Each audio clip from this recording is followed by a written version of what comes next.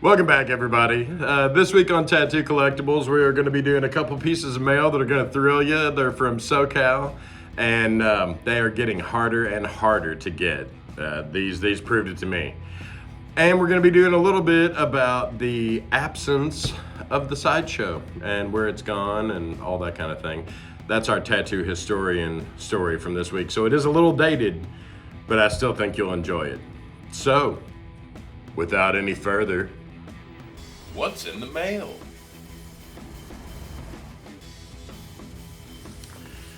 I'll tell you what's in the mail. This week, we got a couple packages. This one is from Toms River, New Jersey. Now, I've been getting a few. I'm gonna open this from the bottom with my pink scissors. And we've been getting a few of them from New Jersey. There's a couple of shops that are going out of business out there. And you know, people get older and want to retire, and that's what's happening to some of these shops. They don't have anybody to take it over, and sad really, but it's a sign of the times. So, but this is from Toms River, and super nice eBayer. I know I get a bunch of stuff off of there, but this is definitely some cool stuff. Now in the picture, I saw this white outline, and I'll show you better pictures of what I saw when I bought these. So I thought it might be a copy of the Flash. Sometimes you get that, sometimes they're copies. And you don't really want copies. You want, especially if it's production Flash, you want that stuff from when it was produced. Now, this is a great looking piece of Dennis and Gina Dwyer, the old Flamey Skull action. This one I got specifically to frame with my nail machine. I think together as a collection, they will look great. And a lot of times I'll do that. I'll find a couple different things to go together. Like this one is a, oh nice, and it's got the outline sheets on the back for the girls. This is a Good Time Charlie's from Tattoo Land. I am gonna open the plastic on this one because it's got the girls' outlines, but there's a bunch of other stuff on the sheet. Sometimes they'll stick it on the reverse side of that. Sometimes they won't include them at all. So let's see what they did this time. Nope, those are just the girls. Let's see if they stuck it in the back. Nope. They're like, here's the girl outlines, draw the rest of them yourself, you know how. So, this is it's just one of them things, man. Good Time Charlie. If you're not sure who Good Time Charlie is, check him out. He's one of our old school guys. He's been drawing cool stuff like this forever. He was one of the first guys to bring us Fine Line out in SoCal. And Dennis and Gina Dwyer, well, you've heard of Dennis before, Gina's his wife. Dennis is still plugging away. So is Good Time Charlie. Still plugging away, still doing it to this day, and loving what they do. Dennis just started remaking and rebuilding some machines. Can't wait to see how those look, Dennis. Shoot us whatever you want, and we'll show it on here. Now, I got this one a couple weeks ago, and I hate to open, just say, here's one thing, you know, and so if I've only got one thing, I'll kind of postpone it a little bit and show it when I've got a little more to open with it as far as the mail goes. So I've been waiting to open this one and biting at the bit. This one came from another eBay seller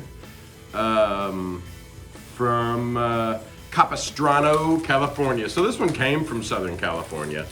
It is, from what they say, it's shop-used Flash, and it's production Flash. I've been buying a bunch of this production Flash here lately. Like the two that I just showed you, I'll put estimates on both of those, but I'm gonna say about $50 a sheet on those.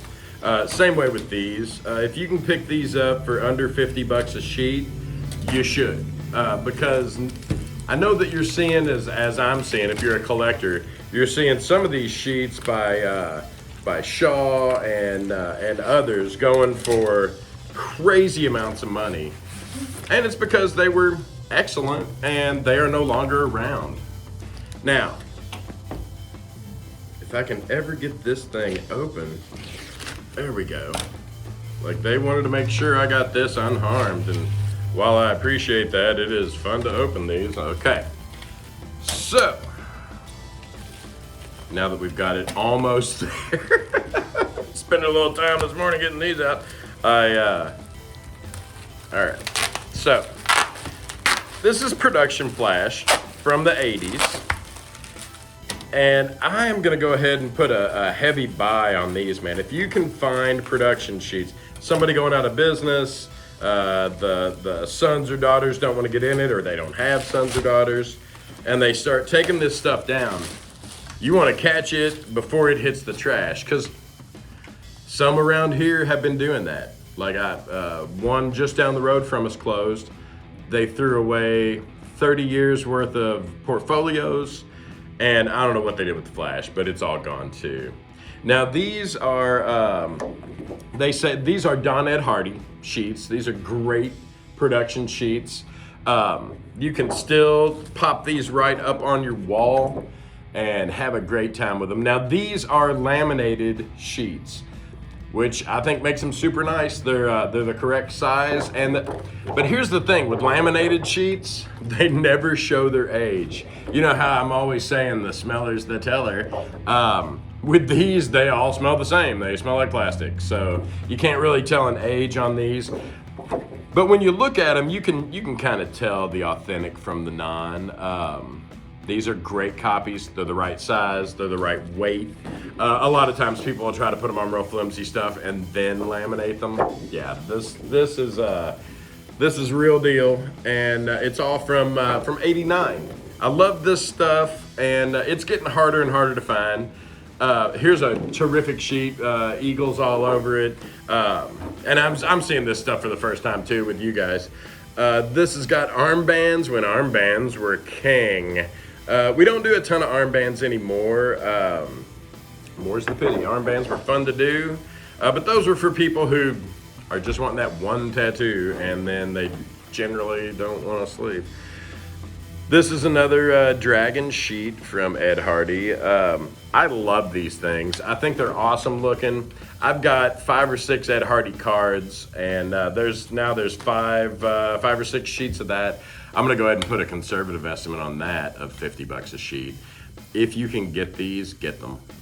They're definitely worth having, and one day they will be those $3,000 sheets from John Shaw or Bob Shaw or any of the Shaws, really. So that is it. That is what we got in the mail this week. Now, next week, we'll be doing a segment on my 1910 doorbell machine. I'll show you that at a later date. I just want to let you know that that's coming. I had it up on my social media, and people loved it. So, now, on to the next thing.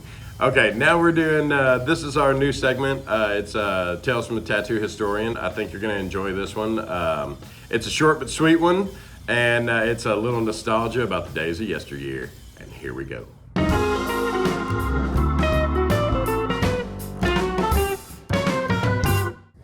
Gone Are the Days by Chris Audibert. During the earliest days of our country, tattooed people were exhibiting themselves. Generally, they were sailors who traveled inland to show themselves in inns and taverns, in hamlets and towns, exotic people from another world. Sometimes they tattooed the locals and probably spun yarns about the faraway places. Later, circus people stepped in to publicize and bring to the forefront this form of public attraction. Circuses began exhibiting tattooed people, first in a small single tent, and then in larger tents as sideshows developed through the years. But today, there are only 2 or 3 sideshows still touring. The American carnival industry developed out of the Chicago Exposition of 1893. The public saw for the first time the Ferris wheel, expressly designed for the exposition by George W.G. Ferris, 1859 to 1896, an American engineer. During the first 10 years of the carnival industry, no tattooed people are recorded as being on display on the Carnival Midway. In fact, there is no record of a tattooist being at work or on display at the Chicago Exposition, the Pan American Expo at Buffalo, New York in 1901, or the St. Louis Expo in 1884. And that's very curious, as they must have been around working on customers. Strangely enough, the sideshow, although firmly established in circuses for decades, did not appear on the Carnival Midway until 1908.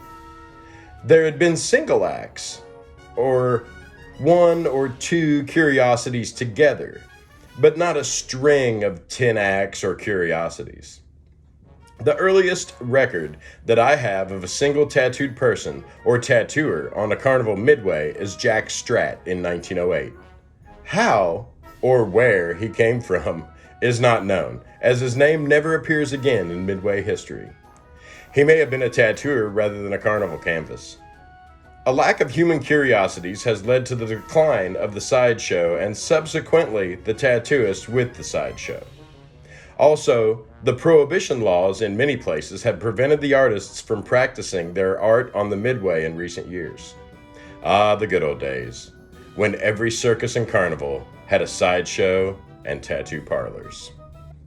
All right, so that I love those tales from the tattoo historians. They're all coming directly out of the tattoo historian that Lyle Tuttle made back in the 80s.